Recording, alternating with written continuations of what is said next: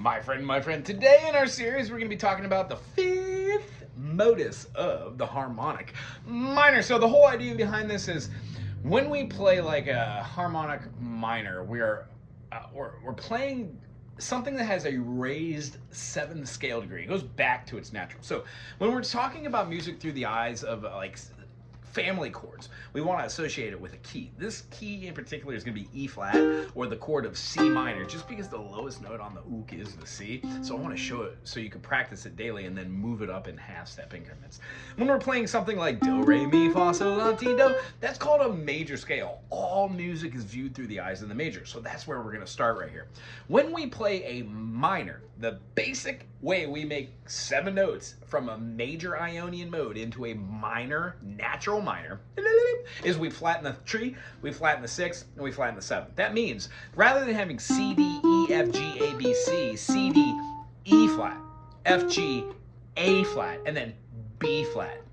That gives us our C minor, minor tonality. And whenever we're playing chords that feel a little funky, have a little tension building, that's when I really like to start pulling out some of these weirder minor modes. These are them. This is it. My name is Wago. I teach music here in Hilo, Hawaii. If you dig on this, subscribe, become a member, put some clean, classy, and I don't know, in the comment section.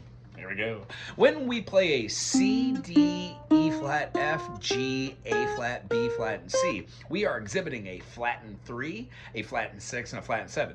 These 3 diminishments allow us to see that a minor key will always have a minor third because the mediant needs to be diminished. Whenever we see that the 6 and 7 are also viewed through the eyes of the major, harmonic minor would put back in that natural 7th degree. C, D, E flat, F, G, A flat, B natural, and then goes right back to the C. It gives a heightened sense of tension because you now have a half-step resolution.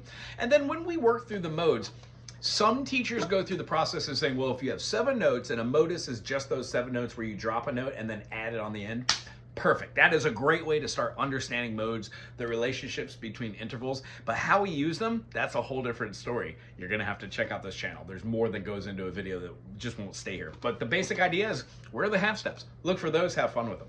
And then as far as today, whenever we have Phrygian is gonna have the same thing as a natural minor, a flat 3, a flat 6, and a flat 7, but we're gonna put back in that dominant note, and then we're gonna be giving it a flat 2. That is the telltale thing that tells you, oh, this isn't natural minor, this is most definitely Phrygian. So when we play C minor, we're gonna have a C to a D flat, and then we're gonna be having like an E natural. Do you see how in the key of having like our do, re, mi, fa, sol, la, ti, do, we are starting on the 5th scale degree of that harmonic minor. So by going, okay, we're gonna be playing C, D, E flat, F, G, A flat, B natural, C. If we start from the secondary note, right, we have our third, so we have, so if our D, E flat, F, G, A flat, B natural, C, and then D makes up our secondary modus. Now, we're not going to go into what the Locrian modus is, but we're going to be talking about if we move that all the way to the flat 3, and then the 4, and then we take it to the 5th, the spelling that happens from the 5th scale degree in that minor allows you to hear the intervals. Now, I'm just going to take that and put it into C so you can see what it looks like in C and practice it. C, C sharp, we're going to be going up a pinky length. That's a minor third, and we're going to be playing the major note of the scale, the E, and then we've got our F. We're going to be going to the G. We're going to go a half step to the G sharp or the A flat, and then we're going to be playing our A sharp. So right here, and then we're going to be jumping back into our C. Feel how the tension between that is still going to be that like A sharp to the C or the B flat.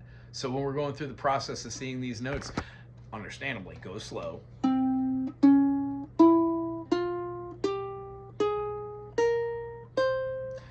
Feel how much tension that has?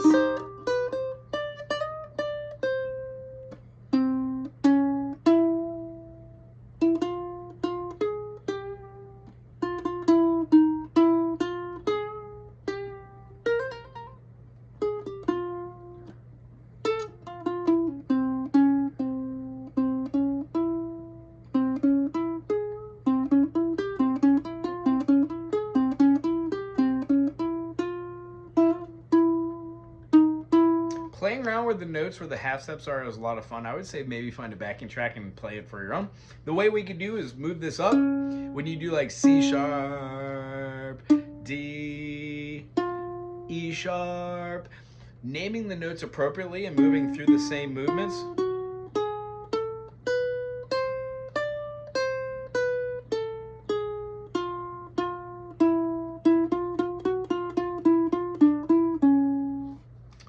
It really is something to hear this modus over the top. Phrygian Dominant, I really enjoy. If you haven't already checked out like Frank Zappa or the Mothers, check out some of the You Can't Do This on Stage if you're an adult, and maybe some of the guitar work, the just Frank shredding. Plays a lot in Phrygian Dominant.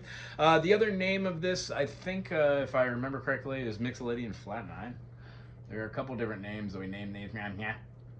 Yeah, Mixolydian Flat 9, also Flat 13. So yeah, take this home, practice it every day for 5 minutes here and there, and I swear that the next time that you do a little run, try to hear something outside the pocket. Now, this Phrygian movement isn't the most used modus in mostly ukulele music, but maybe challenge ourselves to write a little something.